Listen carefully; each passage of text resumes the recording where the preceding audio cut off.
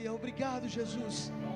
Aproveite que você está sobre os seus pés, eu já quero compartilhar a palavra com você. Hebreus capítulo 12, pode continuar adorando ao Senhor aí. Hebreus capítulo 12. Aquilo que parecia impossível. Hebreus capítulo 12. Não vamos perder essa presença e o que o Senhor tem para falar conosco nessa noite por nada. Hebreus 12, 1.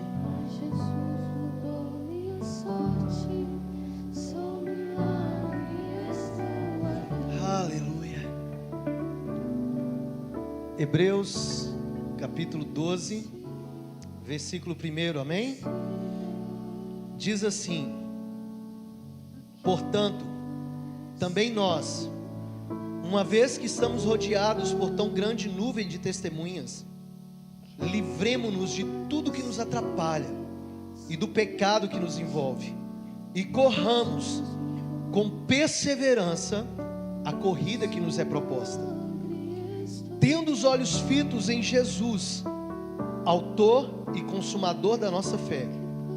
Ele, pela alegria que lhe fora proposta, suportou a cruz, desprezando a vergonha, e assentou-se à direita do trono de Deus. Verso 14.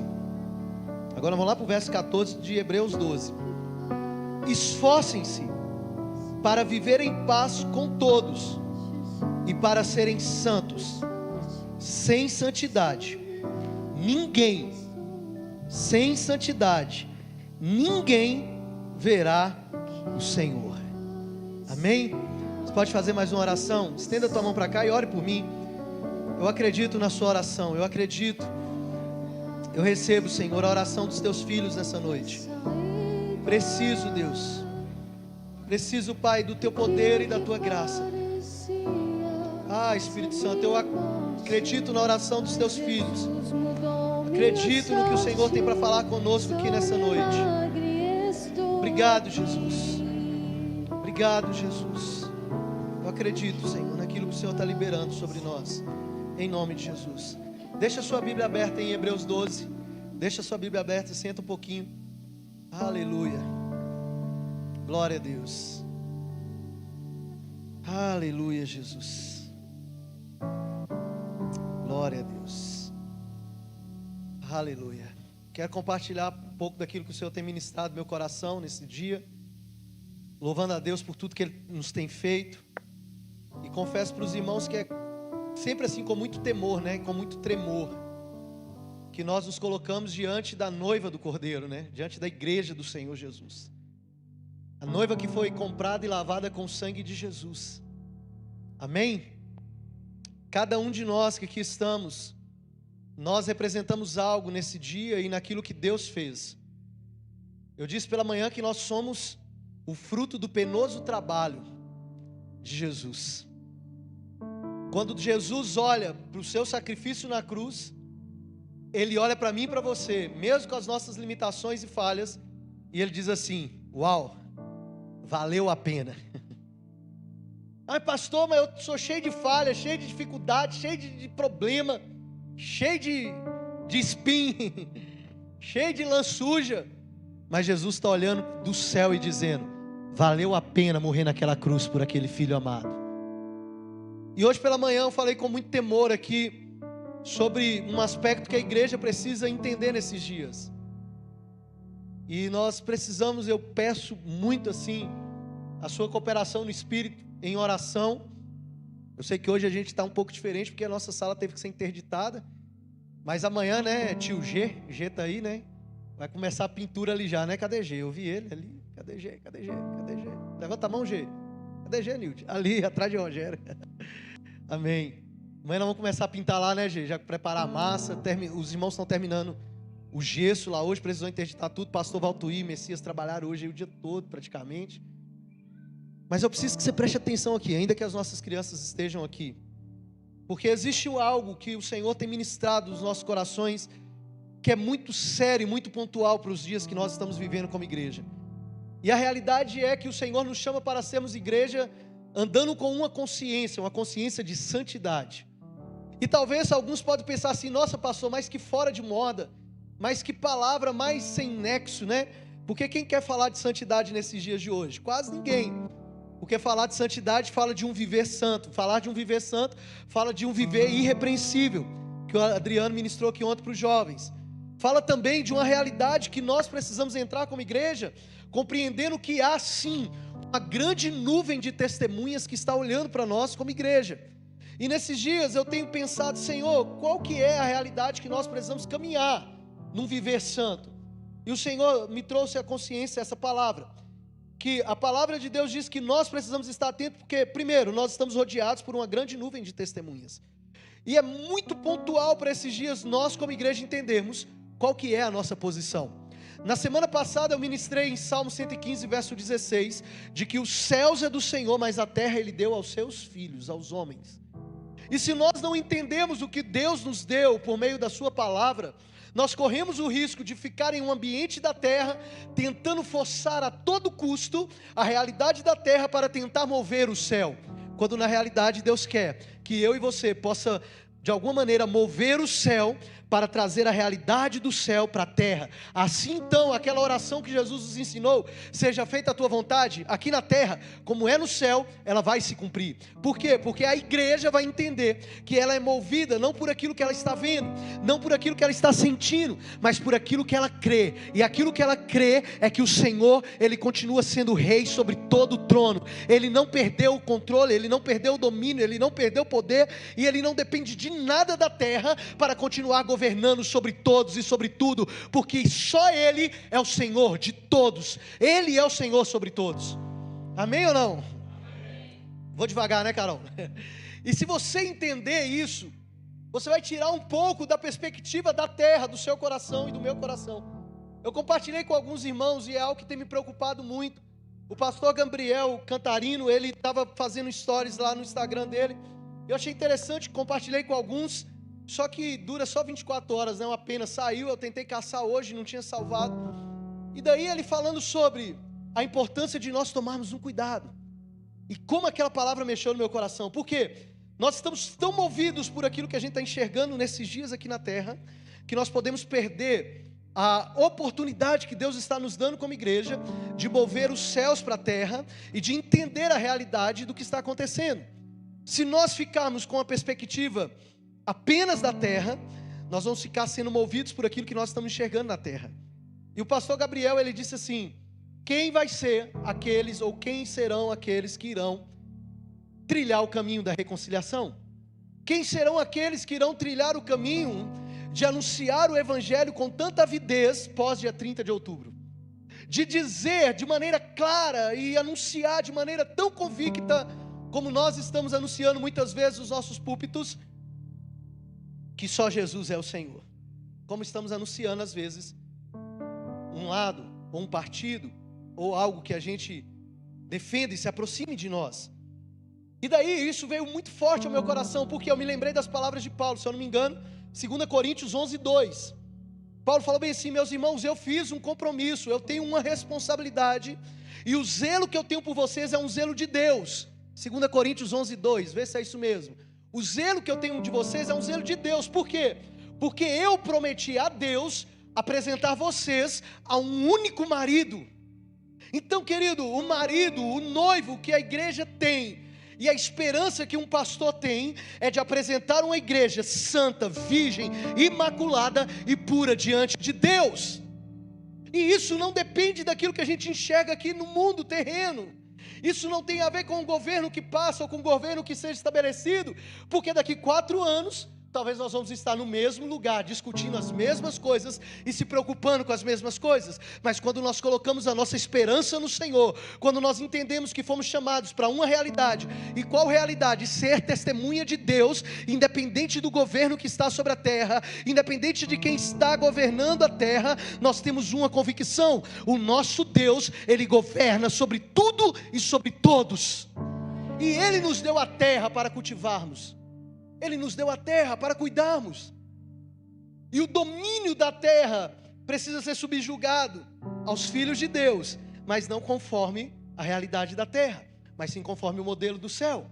E esse é um grande desafio. Por quê? Porque é uma grande nuvem de testemunhas olhando para nós. E é por isso que o autor aos Hebreus aqui, ele diz de maneira clara: se afaste de tudo aquilo que te atrapalha. Quantas coisas têm nos atrapalhado nesses dias como igreja? E muitas vezes a gente vai com muito ímpeto, com muita avidez para algumas coisas, e o Senhor está nos chamando a um posicionamento.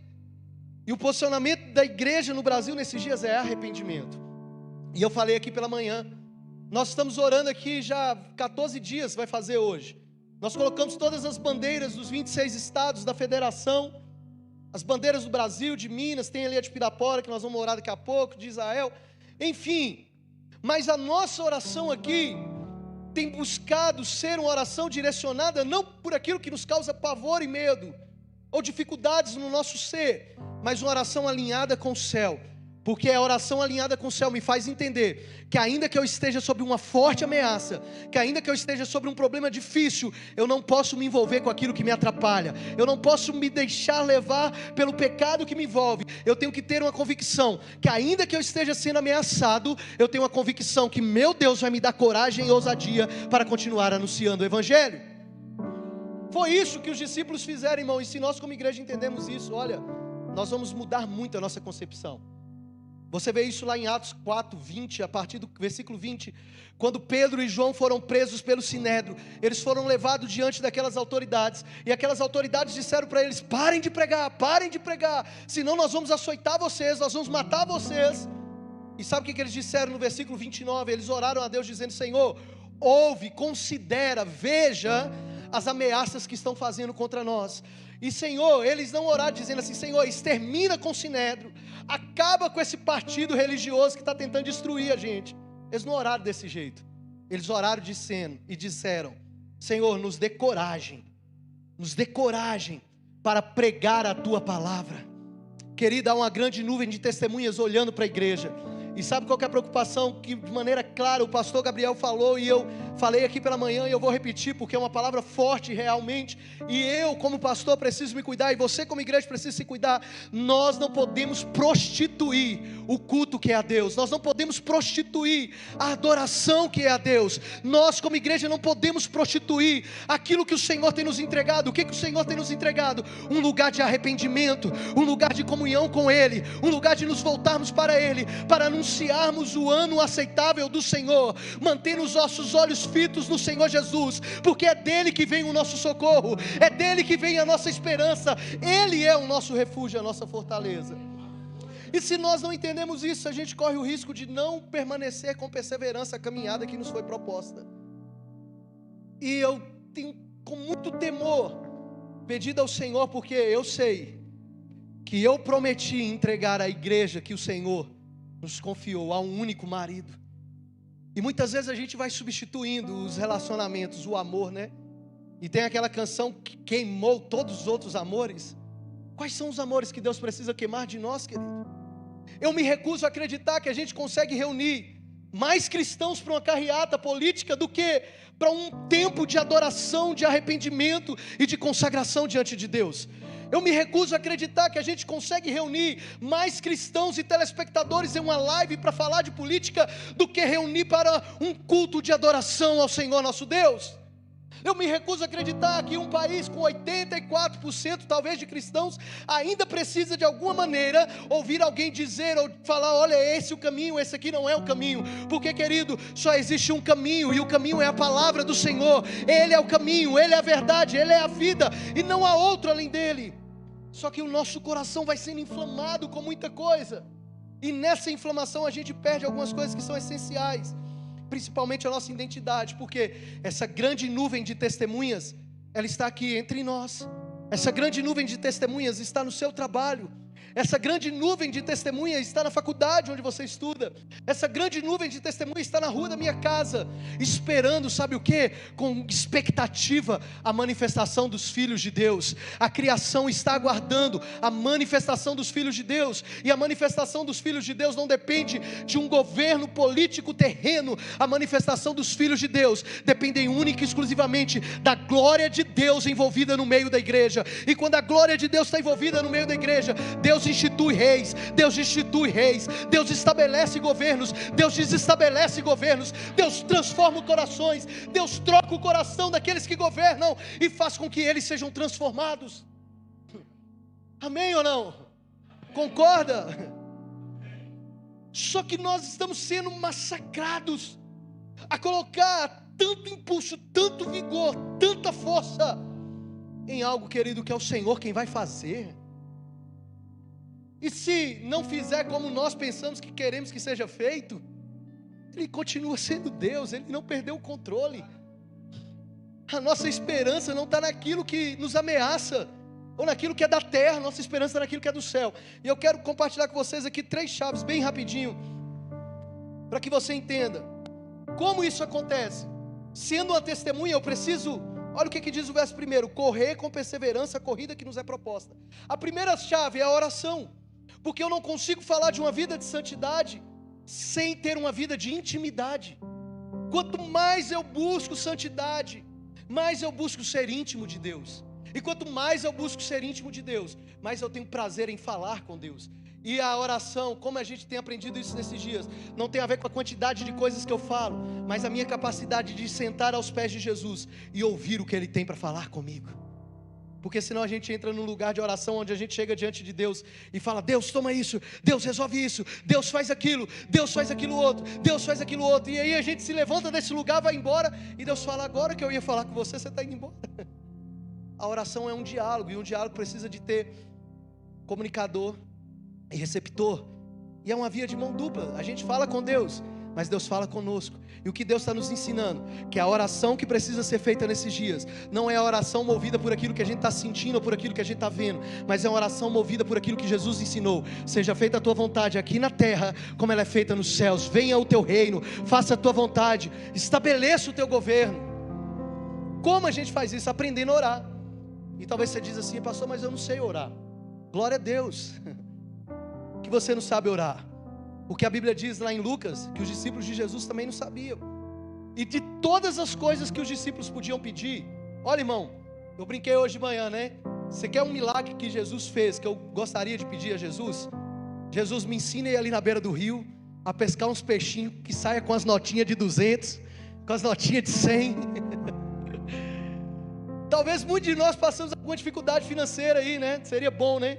A gente pedir: Jesus, me ensina aquele segredo que o Senhor ensinou para Pedro. Pedro precisava pagar o tributo a César. O que Jesus falou? Vai lá, Pedro, pesca. Aí Pedro foi pescar, o que aconteceu? Saiu uma moeda de dentro do peixe. Olha que maravilha, irmão. Como? Ei, Aguinaldo, na hora que você abriu o surubim para fazer lá, sai aquelas notas de 200 pulando lá de dentro. Não seria bom fazer um pedido desse para Deus? Mas os discípulos pediram em Lucas 11 uma única coisa. Ele diz: Senhor, ensina-nos a orar, como João ensinou os seus discípulos. Sabe o que eles entenderam? Que se eles aprendessem a orar, eles teriam tudo. Se eles aprendessem a orar, eles teriam a provisão, a cura, a restauração, o milagre. Porque o segredo estava em aprender a orar. E como eu vou aprender a orar, pastor? Eu não sei orar. Não tem problema. Não tem problema você não saber orar. Em Romanos 8, 26 tem uma palavra que diz, sabe o quê? Porque o Espírito que está dentro de nós, Ele conhece as nossas fraquezas. Ele sabe que nós não sabemos como devemos orar. O Espírito que está dentro de mim, o Espírito que está dentro de você sabe que a gente não sabe como orar. Mas o próprio Espírito, Ele intercede por nós com gemidos inexprimíveis. Sabe aquele lugar, aquele dia que você chega diante de Deus e fala: Deus, eu não sei o que eu vou fazer, está doendo, ai. Aquele gemido de ai, aquele gemido inexprimível, aquela palavra que você não consegue entender, o Espírito Santo de Deus está intercedendo diante do Pai, e as suas orações estão sendo levadas diante dEle. Uma vida de intimidade, de santidade, te leva para um lugar de oração. E por isso que nós precisamos estar atentos, se estamos correndo com perseverança o que nos foi proposto. E por que o diabo nos afasta tanto do lugar de oração? Porque ele sabe que é nesse lugar que Deus se revela a nós. É nesse lugar que Deus mostra as coisas que nós queremos entender, que muitas vezes não conseguimos compreender. Jeremias 33:3, ao telefone de Deus, alguns falam, né? Alguns dizem que já sabem até de cor esse versículo. Clama a mim e responder-te-ei, e anunciar-te-ei coisas grandes e ocultas que vocês não sabem. Sabe por que o diabo é tão interessado em manter fria a relação da igreja na oração? Sabe por que o diabo é tão interessado em manter você distante do seu tempo a sós com Deus e do seu momento de intimidade com Deus? É porque ele sabe que quando você dobrar o seu joelho e começar a clamar ao Senhor, Deus vai responder do céu, porque Deus, ele cumpre a sua palavra, e se ele diz que ele vai responder, ele vai responder. Se ele diz que ele vai te anunciar coisas que você não sabe, é porque ele vai te anunciar coisas que você não sabe. Por isso que nós precisamos exercitar a oração. Por quê? Porque a oração, ela faz com que a conexão que há na terra se conecte com a realidade do céu. O diabo sabe. Por que é difícil às vezes a gente reunir tanta gente para orar? Porque o diabo sabe que quando tudo que for ligado aqui na terra, em oração, no Espírito, será ligado nos céus. Tudo que é ligado na terra será ligado nos céus. Mateus capítulo 18, verso 19: se 2 ou 3 concordarem acerca de qualquer coisa aqui na terra, será concordado nos céus. E assim tudo que vocês pedirem será feito por meu Pai que está nos céus. Ah, querido, você está entendendo? Eu estou vendo as meninas que bonitinho, né? De mão dada ali, ó. É isso. Se nós estivermos em unidade, em oração, em consagração, em busca por Deus, se a igreja estiver em unidade, tudo que nós pedimos em nome do Senhor Jesus, tudo aquilo que for concordado na terra, mas não sob a perspectiva daquilo que eu preciso aqui na terra, mas sobre a realidade do céu, será ligado. E aquilo que for ligado na terra, o Pai vai responder do céu e vai nos conceder. Por quê? Porque a gente passa a entender que quando a gente trabalha, quando a gente se esforça, a gente colhe o fruto do nosso trabalho. Tem e essa frase não é minha não, tá? Deixa eu dar os créditos aqui, né? Vance Hans, um teólogo estudioso lá, acho que é esse o nome dele. Ele falou o seguinte, que toda vez que você trabalha, você recebe o fruto e o esforço do seu trabalho.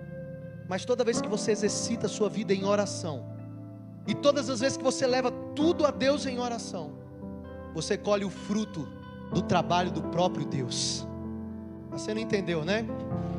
Se você continuar tentando resolver tudo na sua força, tudo do seu jeito, você pode até colher alguma coisa, mas se você levar tudo a Deus em oração, você vai colher o fruto do trabalho de Deus. E deixa eu te falar uma coisa, tudo que Deus faz, escute isso, tudo que Deus faz, Eclesiastes capítulo 3, a gente ama, né, ter um tempo para todas as coisas, mas no verso 10 ou 11 está escrito, que tudo que Deus faz para sempre, Deus faz de maneira eterna, Deus faz de um jeito que ninguém pode mudar, que ninguém pode acabar e parar aquilo que Deus está fazendo. Por isso a oração é importante. A oração traz quebrantamento. A segunda chave que eu vou compartilhar com você, a consagração e o jejum, porque uma vida de intimidade, que é gerada em santidade, que gera santidade, por meio da oração, também me leva a uma vida de consagração. E deixa eu te perguntar, qual foi a última vez que você consagrou um tempo ao Senhor? Qual foi a última vez que eu consagrei um tempo ao Senhor? E eu não vou dizer nem de abstinência de carne, de alimentos ou dessas coisas, porque sabe, o verdadeiro jejum, está escrito lá em Isaías, o verdadeiro jejum não é apenas você deixar de comer. O verdadeiro jejum, Isaías 50, deixa eu te passar aqui, ó, Isaías 58, do 6 ao 10. O verdadeiro jejum é que você solte as amarras da injustiça. O verdadeiro jejum é que você desate as cordas do jugo. O verdadeiro jejum é que você ponha em liberdade aqueles que estão oprimidos. Verso 6, aqueles que estão oprimidos e rompa com todo jugo. Verso 7, o verdadeiro jejum é partilhar a sua comida com mendigo, com faminto, é abrigar o pobre desamparado. O verdadeiro jejum é vestir aquele que está nu. O verdadeiro jejum é não recusar ajudar o próximo. Este é o verdadeiro jejum. O verdadeiro jejum é isso que tem que acontecer na igreja. Sabe, quando isso está acontecendo em nós, neste ambiente, olha o que diz o verso 8. Sabe o que acontece? A sua luz irromperá como alvorada. Que luz? A luz da igreja. quando a igreja entender que o seu lugar de consagração é cuidar do órfão, da viúva, amar o necessitado, amar aqueles que muitas vezes a gente olha e fala assim, não merece, não tem jeito, é um drogado, é uma prostituta, é um perdido. Sim, mas é esse que nós devemos soltar as amarras da injustiça, são esses que nós devemos amar. Aí então a luz do Senhor brilhará sobre a igreja e romperá como uma alvorada. Aí então, querido, prontamente, sabe o que vai acontecer? Surgirá a cura. Cura. O que a gente está orando? Deus cura o Brasil, Deus cura Pirapora, Deus cura Minas Gerais. Não tem como ter cura com a igreja que é indiferente à necessidade dos perdidos. Não tem como. Não tem como ter cura. Se eu e você queremos cura, vamos curar aqueles que precisam de cura. Porque a cura virá, e adiante de ti irá a retidão. Onde você chegar como igreja, querido, essa luz que está irrompendo dentro da sua vida, dentro da minha vida, vai ser demonstrados em ato de retidão. Ser reto, ser íntegro, ser inteiro. E as pessoas olharem para mim, para você, e dizer algo que talvez durante muito tempo atrás a gente ouvia como igreja. Ali vai um santo homem de Deus. Como aquela mulher olhou para Eliseu ou para Elias e disse, deixa eu construir um quarto, porque ali há um santo homem de Deus. A igreja hoje ela tem perdido a identidade, ela tem perdido a sua realidade de identidade. Por quê? Porque não tem uma luz irrompendo em meio à escuridão, porque não tem uma retidão indo adiante de nós, porque não há uma cura para aqueles que estão feridos. E querido, não tem jeito, aonde a igreja vai, consagrando-se ao Senhor, não apenas deixando de comer, não apenas deixando de tomar um refrigerante, ou de deixar de comer um chocolate, isso ainda é muito pouco, perto do que o Senhor quer fazer. O verdadeiro jejum, a verdadeira consagração, é cuidar daqueles que ninguém quer cuidar, é amar aqueles que ninguém quer amar. Enquanto isso não acontecer para a igreja, ou com a igreja, não vai haver cura, a retidão não vai adiante de nós. Mas se essas coisas estiverem acontecendo, aonde nós chegarmos, a retidão estará diante de nós, e atrás de nós virá a glória do Senhor. E é impossível, querido, a igreja passar em algum lugar, a retidão chegando à frente, a glória passando atrás, e vidas não serem transformadas. Sabe o que transforma uma nação? Sabe o que transforma um estado? Sabe o que transforma uma cidade? Não é apenas alguém que está com o coração inclinado a Deus, mas é uma igreja viva, que a glória do Senhor está com ela. Aonde ela está passando, ela está tocando. Aonde ela está passando, ela está curando. Aonde ela está passando, vidas estão sendo transformadas. Aonde ela está passando, o reino está sendo estabelecido. É isso que precisa acontecer. Vocês se lembram, eu contei aqui há um tempo atrás, me fugiu aqui agora o nome daquele jovem lá no país de Gales.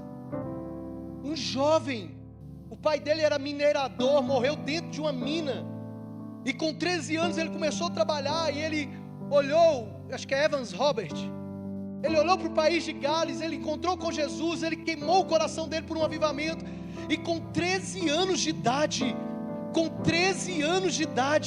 ele começou a orar pelo país de Gales, e em um ano, mais de milhares e milhares de pessoas se converteram. E sabe o que eu aprendo com isso? Não tem idade para se ter um coração de entrega e de consagração. E nós como igreja ficamos o quê? Ah não, oh, coitado, meu filho é novinho demais, né? O Isaac é menino ainda, né? É pequenininho. Não, você tem que assumir a sua responsabilidade, você tem que queimar pelo Senhor. Você não tem, se tem 12 anos, se tem 11, se tem 10, não interessa, você precisa queimar de paixão pelo Senhor.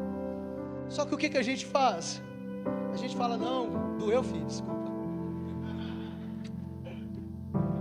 Pastor Valtuí vendo eu bater nele ali, né, Maurício? Depois me pega lá no final do culto. A gente quer preservar. Não, meu filho, não, ele está muito novo, pastor, vou falar de oração para ele. Não, é só uma criança. Houve um homem na Bíblia que disse isso também, Jeremias capítulo 1, eu sou só uma criança e não sei falar. E Deus diz: Jeremias, não diga que você é uma criança. Sabe por quê? Porque eu te conheço desde o ventre da tua mãe. Eu te santifiquei, te separei para as nações. Eu te ungi por profeta. Aonde eu te mandar aí você vai. Aonde eu mandar você abrir a sua boca, você vai abrir a sua boca. E o meu poder será liberado. Mas ele precisou viver uma vida de consagração, de jejum e de entrega. Esse é o modelo. O modelo, Jesus criticou os fariseus, né? Não é para você também dizer, né, Jane? Igual uma vez a gente ouviu: eu consagro 40 dias sem tomar, não sei o que. Não, Jesus não quer que você fique anunciando, não, meu irmão. Pelo contrário. Sabe o que ele diz? Quando você for consagrar, jejuar, lava o rosto, fica bonitão, faz a barba, se ajeita, né? Não fica com aquela coisa de: estou consagrando, irmão, estou sem comer hoje, já acabou, já não vai, já não serve, já não rompe, né? Não, se alegra, né? Tá tudo bem, irmão. Chega aquele cheiro de picanha gostoso, aquele chocolate, e nessas horas só aparece isso, né?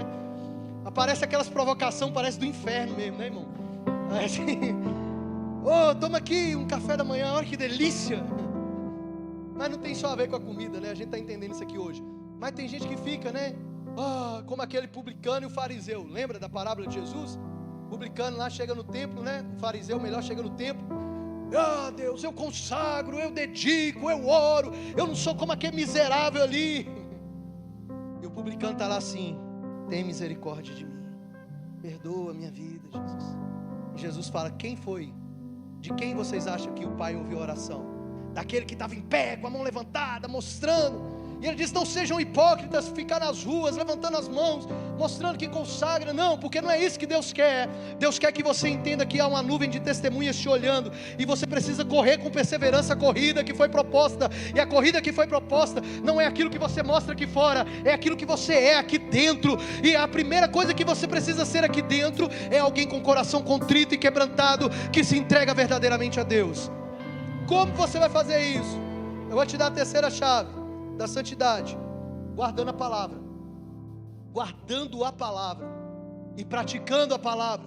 Porque se eu vivo em santidade, eu vou ter intimidade através da oração, através da consagração, mas eu vou ter uma vida de santidade de verdade quando eu entender a oração que o salmista fez. Sabe qual foi a oração que ele fez? Ele diz assim: Senhor, a tua palavra escondi, guardada no meu coração, para eu não pecar contra ti. É impossível você viver uma vida de santidade, intimidade, consagração e oração se não for pela palavra. E a palavra escondida no coração não é apenas uma palavra para você carregar aqui ou colocar perto do seu coração. Não, a palavra escondida no seu coração é uma palavra que você tem condição de olhar para você todos os dias e para dentro daquilo que a palavra diz. Porque a Bíblia, querido, não é uma janela para a gente ficar vendo aqui: olha o pecado de Vitória, olha o pecado de Pedro, olha aqui Priscila o seu pecado. Não, a Bíblia não é uma janela. O pastor Luiz Hermínio diz muito isso: a Bíblia é um espelho. Você precisa olhar para ela e olhar para dentro de você e falar: miserável homem que sou, quem livrará o meu corpo da morte? Mas a graça do Senhor está sobre de mim, o poder do Senhor se aperfeiçoa sobre a minha vida. Eu sou pobre, pecador e preciso do perdão de Deus. Só quando nós como igreja passarmos a olhar assim, vai mudar a realidade. Por quê? Porque a gente vai parar de ficar olhando para os outros e ficar como uma janela, né? Lá em Êxodo, lá na lei, você pecou. Se nós como igreja começarmos a pegar a palavra e olhar como um espelho, falar: Jesus, eu não estou tendo os meus olhos fitos no Senhor, porque o Senhor é o autor e consumador da minha fé. Jesus, como eu posso fazer para que as pessoas olhem para mim e vejam que eu estou correndo com perseverança, guardando a tua palavra no meu coração? Sabe qual é o convite de Deus para mim e para você nesses dias? Deixarmos de ser ouvintes, porque a gente está ouvindo a palavra dia após dia, ouvindo a palavra dia após dia. Amém ou não? Como eu dizia, né? Amém ou não amém? Não tem não amém, né, irmão? Porque amém é assim seja. Então não tem amém, não amém. É amém, amém. Mas sabe o que eu tenho pensado? Há 6 anos, mais de 6 anos já, o Senhor tem nos dado palavras, o Senhor tem nos dado direções claras. E esses dias eu tenho perguntado: qual que é o direito que eu tenho? Qual que é o direito que você tem diante de tudo que a gente já recebeu aqui, até aqui do Senhor? De continuar vivendo uma vida que não nos faça entender que tem uma carreira proposta para a gente. E que não importa o que a gente está passando, Jesus naquele dia vai virar para nós e dizer: e aí, você cumpriu a carreira que te foi proposta? Não vai ter como você dizer: ah, Senhor, eu não corri não, sabe? Porque o pastor não me ajudou, porque o líder não me ajudou. Não, nós vamos nos apresentar diante dele de maneira indesculpável. Não vai ter desculpa. Nós podemos nos apresentar diante dele com as mãos vazias, e tudo bem se você entende dessa forma. Mas vai chegar uma hora, querido, que nós vamos ter que estar diante do Senhor, e Ele vai dizer: por que você ouviu tanta coisa e não tomou uma atitude de romper a luz que estava sobre você? E eu fico me perguntando qual que é o direito que a gente tem em Deus, assim, de ficar ouvindo tanto do Senhor, enquanto há pessoas que nunca nem sequer ouviram o Evangelho. Enquanto há países e lugares que a Bíblia é proibida de entrar, e que pessoas contrabandiam a entrada da Bíblia para poder o Evangelho chegar. Quando nós temos a liberdade de, quem sabe, ler, se não muito, pelo menos um capítulo da Bíblia por dia. E às vezes, ou muito raramente, a gente consegue trazer ela no domingo à noite. Quando traz. E eu fico me perguntando, qual que é o direito que a gente tem disso? E a gente entra muitas vezes num lugar de só ouvirmos a palavra. Em Tiago capítulo 1, verso 22, sabe o que Tiago fala? Ele fala assim: meus irmãos, não sejam apenas ouvintes, mas praticantes. Porque se você for só ouvinte, você vai enganar você mesmo. E sabe qual que é o grande risco que nós corremos como igreja nesses dias? De estarmos em um ambiente em que nós enganamos só nós mesmos. Ouvimos. Vamos para casa: uau, que glória a Deus, que bênção, que palavra, amém. E aí, não pratica. E o não praticar te leva ao quê? Ao engano. Porque você acredita durante um determinado certo tempo de que aquela palavra é uma verdade, mas você não a pratica. E se você não a pratica, você está enganando quem? A você mesmo. Porque muitas vezes, talvez na minha ministração aqui, no tempo que eu tenho para ministrar, quando os outros pastores aqui ministram, quando alguém está ministrando, eu não sei você, mas eu tenho essa sensação. Você fala assim: não, mas que palavra, é isso mesmo. A gente sai do culto, né? E graças a Deus por isso. Porque desde que nós consagramos este altar ao Senhor, eu peço ao Senhor: Deus, eu não quero pregar a palavra para mexer com a emoção de ninguém, para mexer com o ego de ninguém, para dizer para a pessoa: Deus vai te abençoar, quando Deus está dizendo: não, Ele não vai te abençoar, Ele vai fazer com que você morra para você mesmo. Ou se Ele te abençoar, tudo aquilo que Ele te abençoar, Ele vai te pedir de volta, porque Ele vai fazer isso. Porque se Ele te entregar alguma coisa, é para que você entregue de volta para Ele. E talvez o nosso coração fica preso aí num tanto de coisa da terra, e Deus está dizendo: não é esse o caminho que eu tenho para vocês. E graças a Deus nós sempre temos esse zelo para apresentar a noiva de Cristo a um único marido. De que ainda que você saia daqui talvez emburrado com o pastor, às vezes chateado com o pastor, eu fico feliz, sabe por quê? Porque a minha maior missão é você sair triste com você mesmo, eu sair triste comigo mesmo, com a realidade do Evangelho que nós estamos vivendo, com a realidade do Evangelho que nós estamos esperando, com a realidade do Evangelho que Deus quer que a gente viva. Porque o Evangelho não consiste em palavras bonitas. Eu poderia trazer um tanto de palavra persuasiva para mexer na sua emoção, mas eu prefiro trazer a palavra do Evangelho que transforma. Pode parecer loucura, pode parecer doidura, mas a palavra da cruz é loucura para aqueles que não entendem, mas para aqueles que creem, ele é o poder de Deus que transforma a nossa vida. E isso, querido, só vai acontecer se você amar a palavra, se você entender o poder da palavra. E talvez você possa se perguntar: como eu posso me purificar com essa palavra? O salmista também perguntou isso, Salmo 119, verso 11. Davi fala ali, né? Como purificará o jovem o seu caminho? Como você pode observar o seu caminho nesses dias? Observando conforme a tua palavra. Entende? Então essa terceira chave da palavra, ela é muito importante. Por quê? Porque é ela que testifica do Senhor. Jesus diz em João 39: examinais as escrituras, porque achais ter nela a vida eterna, e são elas que de mim testemunham ou testificam. São as escrituras que testificam de Jesus. E a igreja que vai testemunhar Jesus não é uma igreja que é medíocre na palavra.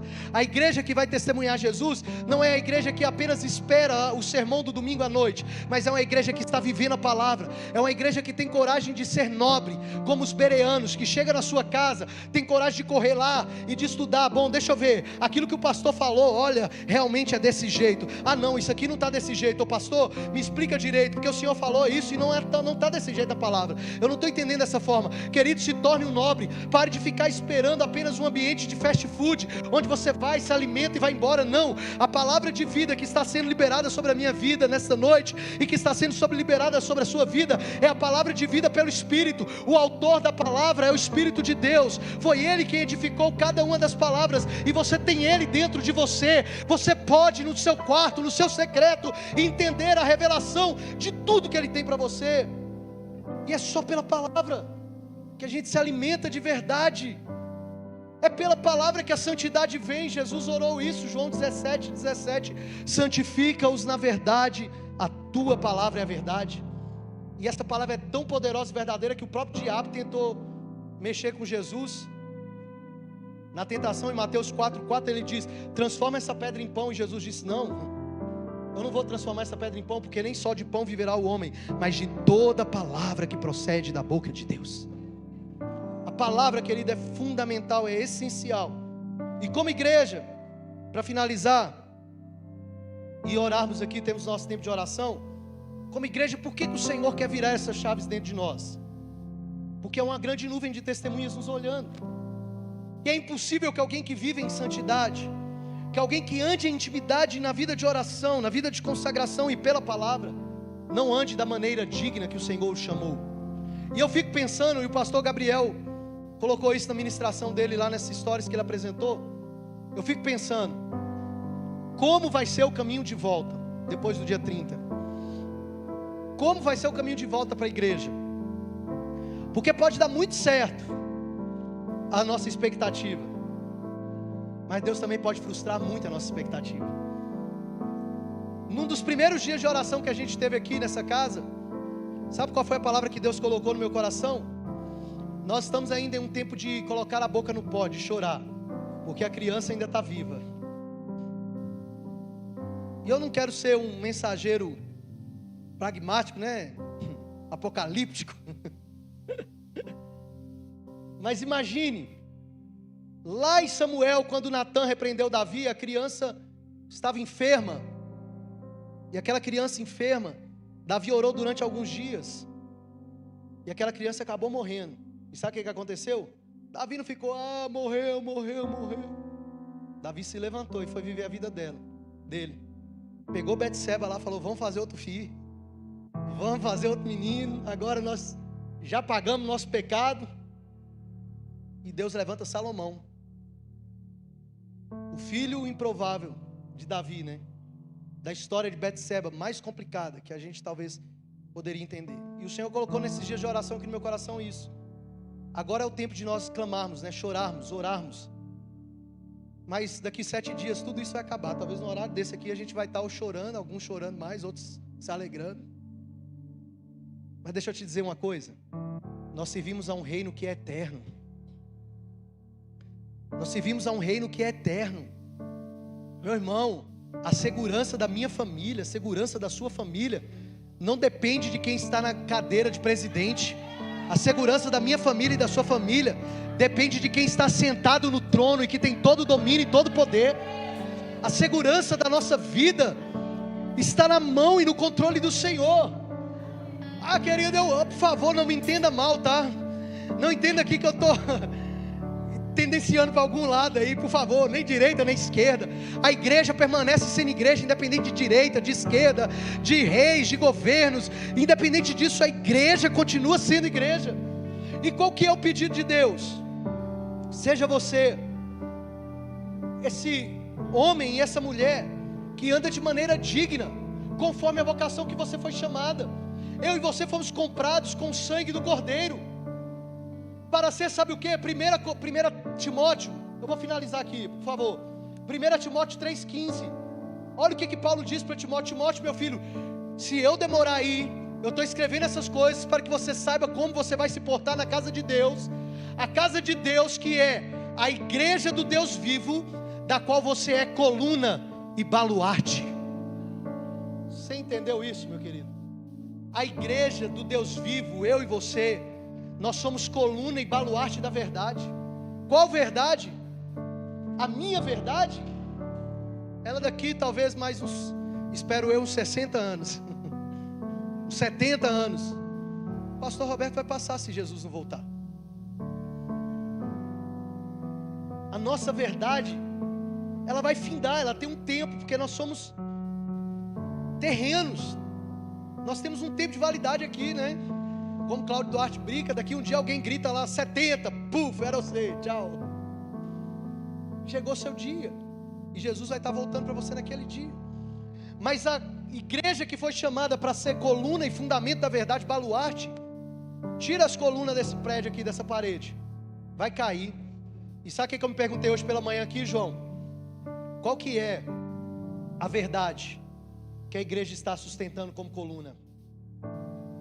Porque a verdade que Paulo está dizendo para Timóteo aqui é a verdade eterna, a verdade imutável, a verdade inegociável, a verdade que ninguém pode destruir, que já tentaram, a verdade que já mataram homens e mulheres para que ela fosse silenciada, mas ela resistiu. E a igreja está sendo chamada para ser coluna desta verdade. Sabe o que sustenta a palavra e o evangelho? É as pessoas olharem para mim, para você, e dizer: o que está transformando a vida da Priscila? O que está transformando a vida da Jane? O que está transformando a vida do Adriano, da Vitória? O que está transformando? É a verdade que liberta. Conhecereis a verdade vos libertará. Se pois o Filho vos libertar, verdadeiramente sereis livres. Agora nós como igreja fomos chamados para quê? Para ser coluna, sustentar essa verdade. Como?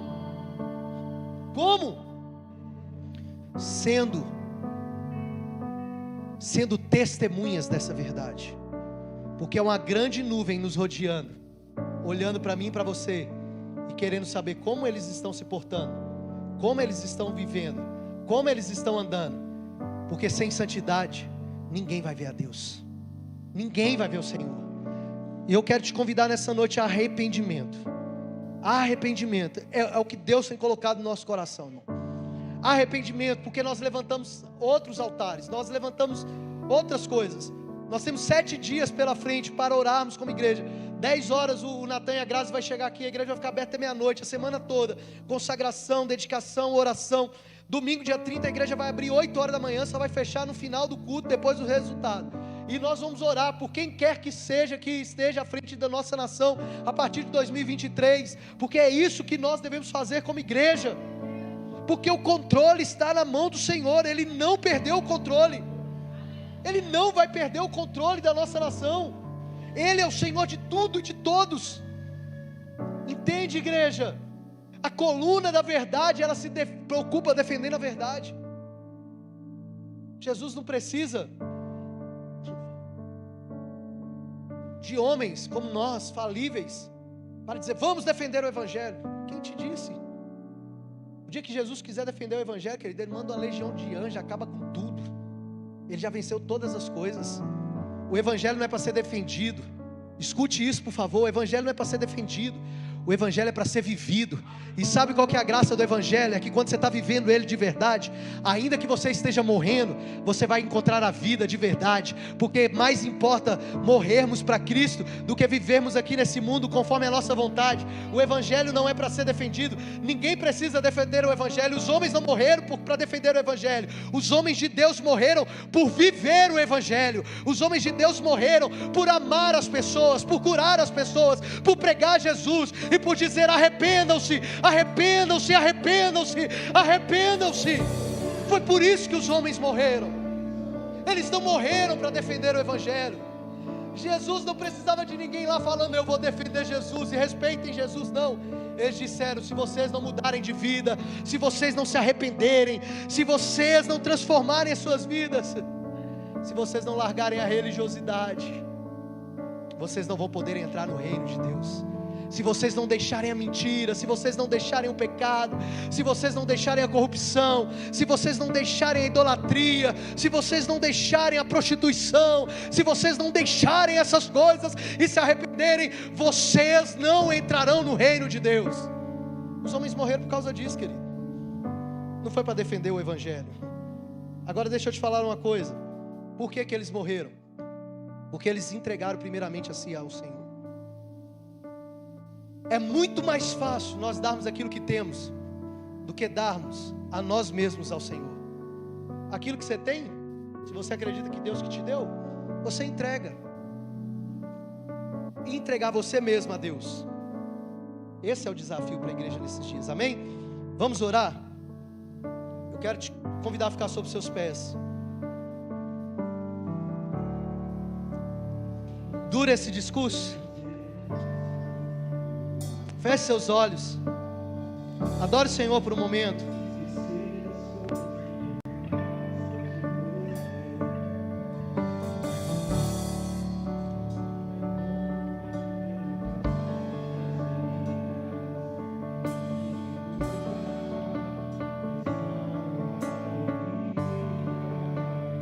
Faz outra vez, Senhor.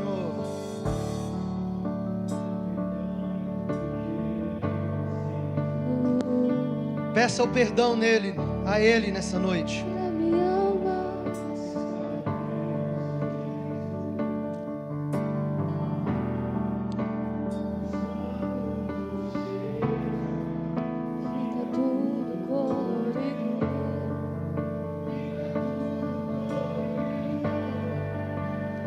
Faz outra vez, faz outra vez, faz outra vez, como na primeira vez.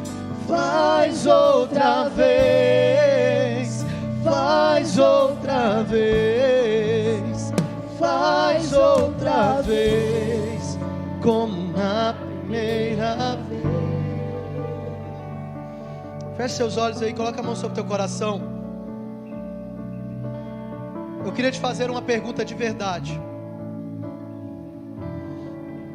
Se Jesus fosse anunciado tanto na sua vida e na minha vida hoje, como nós estamos anunciando a bandeira política que nós estamos levantando, se Jesus fosse pregado tanto na sua vida hoje, o que aconteceria com as pessoas que estão à sua volta?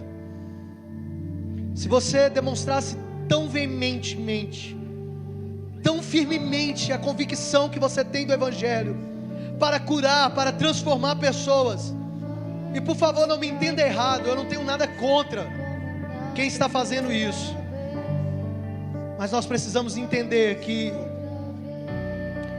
o mundo espiritual, as coisas espirituais, aquilo que é espiritual se discerne por aquilo que é espiritual.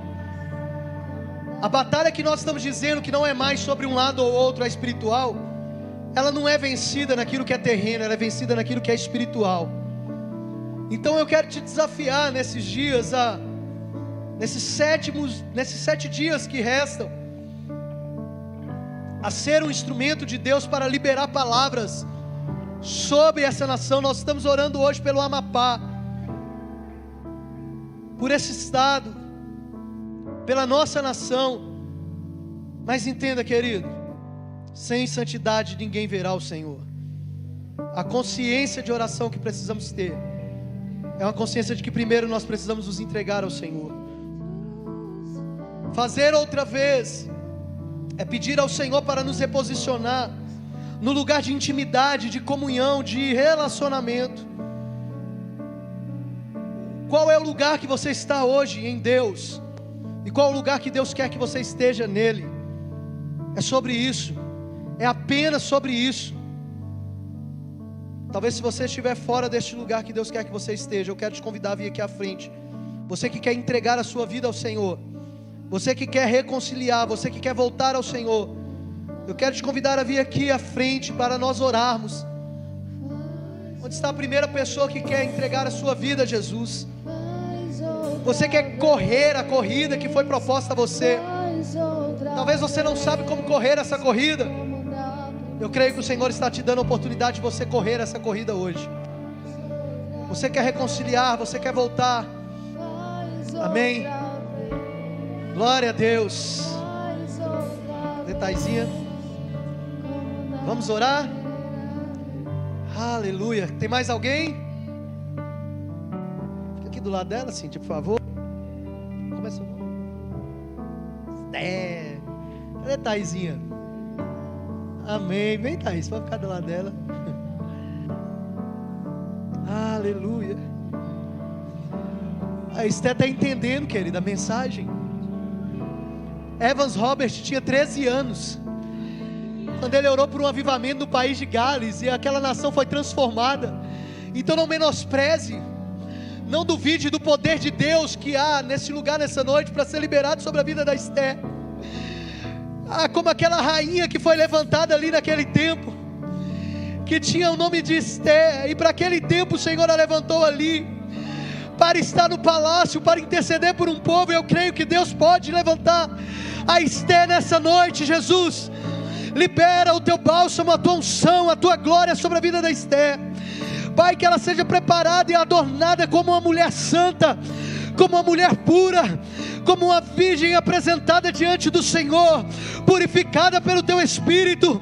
Que todas as palavras de vida, de bênção, sejam liberadas sobre a vida da Esther nessa noite. Deus, que seja lançada sobre a vida dessa jovem, meu Deus, o teu Espírito, que o teu Espírito de vida se manifeste, que a tua glória se manifeste. Eu creio, Deus, que o Senhor pode levantar a Esther para incendiar Pirapora, para incendiar Minas Gerais, para incendiar o Brasil, para incendiar as nações, para mover os corações de governantes, de reis, em favor do teu povo. Eu creio, Deus, eu creio, Senhor. Pai, só o Senhor sabe, só o Senhor sabe, Deus, o que há sobre a vida dessa jovem, sobre essa família, que é uma promessa do Senhor, Pai. Deus, o Senhor não desistiu dessa geração, o Senhor não desistiu dessa semente do Daniel, da Ana, o Senhor não desistiu, Pai. Deus, vai movendo, Senhor, essa semente, Deus, foi gerada para ser próspera nessa terra, essa semente foi gerada para ser abençoada.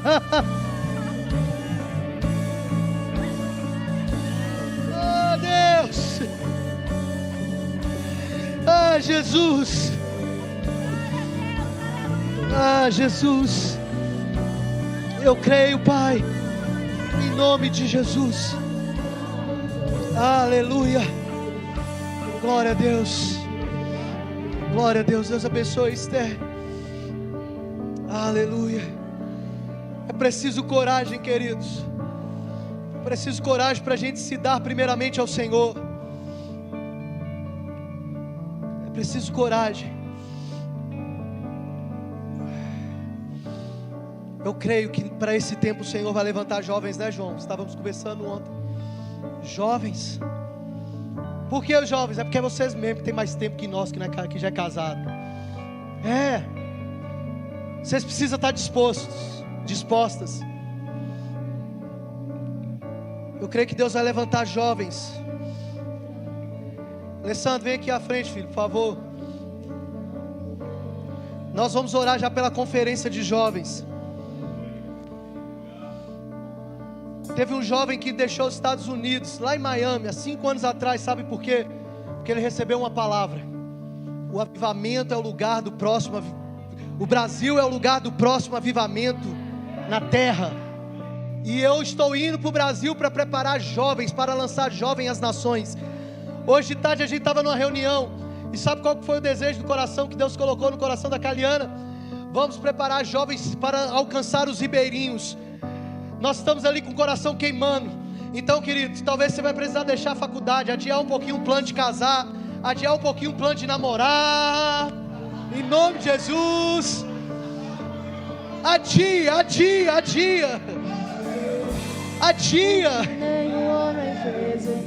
Adia um pouco essas coisas, porque Deus irá levantar uma geração. Eu creio nisso.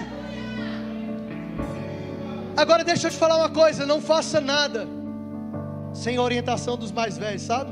Os cabelinhos brancos que está surgindo, pode apontar os passos, pisa aqui, pisa ali, pisa aqui, não pisa ali. A igreja que caminha com a realidade dos céus, ela compreende o valor dos anciãos, mas também compreende a força da juventude. Amém? Eu quero te convidar a orar. Ore pela conferência, Alessandro. Eu já quero pedir aqui pastor Wilson, pastor Valtuí, Aurélio, Adriano. Pega as bandeiras aqui. Vem aqui à frente, por favor, pastores. Já vão pegando as bandeiras aqui. João, ajuda aqui, João, pegar essa bandeira. Aurélio também, pastor Valtuí. Quem mais? Vem, Rubinho também, Aguinaldo. O que nenhum homem fez, vem fazer. Pode pegar as que estão em cima das caixas também. No caminho vem cumprir o descrito em Joel. Aviva no Vem, Aurélio. fazer o que nenhum homem fez, vem fazer. O que a história nunca viu, vem cumprir o descrito em Joel. Vem. Nós vamos orar pelos jovens, por essa conferência, mas também já pela cidade de Pirapora, pelo estado de Minas Gerais, pelo Brasil, por Israel, pelo mundo, pelas nações, para que Deus desperte você, desperte a tua casa. E na sequência nós vamos também orar pelas ofertas, pelos dízimos. Então nós vamos continuar aqui adorando. Pastor Wilson, Aurélio vão estar aqui conduzindo essas orações. E eu quero que você continue adorando a Deus. Eu fui colocado em um desafio hoje, e eu peço a compreensão de vocês. Tem mais algum aí? Não? Me propuseram um desafio, eu preciso chegar ali 9 horas e 5 minutos para pregar no Abala Pirapora, lá no centro de convenções. Amém? Eu quero crer que eu vou sair aqui, vocês vão continuar adorando, entregando-se ao Senhor, e nós vamos correr ali para falar de Jesus mais um pouco. Dá uns glória a Deus, com o Marco Antônio ali, louvando ao Senhor. Se você quiser correr aqui e para lá também, eu creio que Deus ainda tem algo para fazer, amém? Então eu quero já passar para o Alessandro, depois o pastor Wilson vai conduzir o período das ofertas, os avisos, as orações. Deixa o Espírito de Deus fluir, amém, irmãos?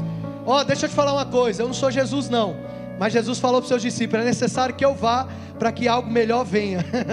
É necessário que eu vá embora hoje aqui mais rápido um pouquinho, para que o Espírito venha ainda de uma maneira mais gloriosa, amém? Porque o Espírito há de revelar toda a verdade ao teu coração. Que Deus te abençoe.